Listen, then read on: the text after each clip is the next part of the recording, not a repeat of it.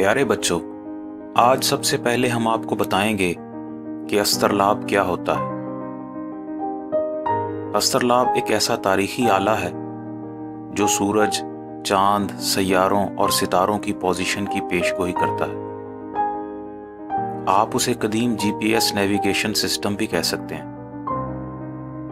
Islamic golden age میں استرلاب کے ذریعے کعبہ کی صحیح سمت معلوم کی جاتی تھی اور نمازوں کے درست اوقات کا تعین کیا جاتا تھا۔ استرلاب کے ذریعے فاصلوں کو نیویگیٹ بھی کیا جاتا تھا۔ بچوں، استرلاب وہ آلہ ہے جس کی وجہ سے بعد میں آنے والے یورپی ماہر فلکیات کو بہت مدد ملی۔ استرلاب کی مدد سے انہوں نے فلکیات کو سمجھا اور سورج، چاند، ستاروں اور سیاروں کی پوزیشن کے نقشے بنائے۔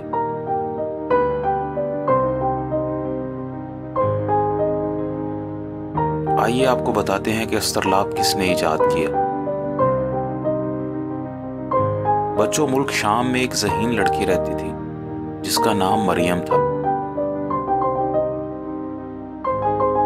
مریم کے والد مختلف آلات بنانے کا کام کرتے تھے۔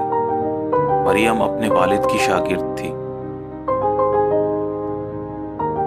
اس نے اپنے والد سے آلات بنانا سیکھا اور پھر استرلاب ایجاد کیا۔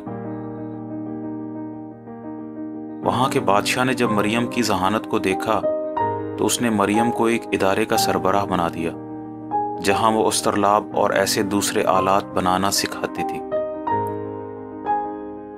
مریم اس دور کی پہلی لڑکی تھی جس نے علم حاصل کیا اور ملازمت بھی کی۔ بچوں، یہ وہ زمانہ تھا جب لڑکیوں کا علم حاصل کرنا اچھا نہیں سمجھا جاتا تھا۔ مریم اس بات کی مثال بنی کہ اسلام عورت کو تعلیم حاصل کرنے سے نہیں روکتا، بلکہ اسلام عورت کی تعلیم پر زور دیتا ہے۔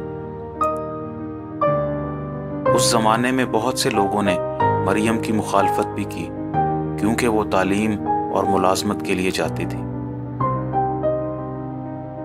لیکن مریم نے یہ ثابت کیا کہ اسلام میں تعلیم کا حصول مرد اور عورت دونوں کے لیے ضروری ہے۔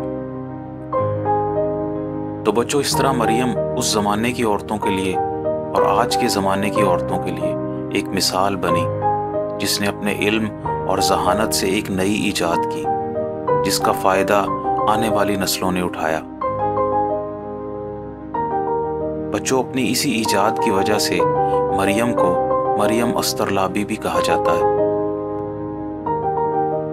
مریم استرلابی کو رہتی دنیا تک یاد رکھا جائے گا۔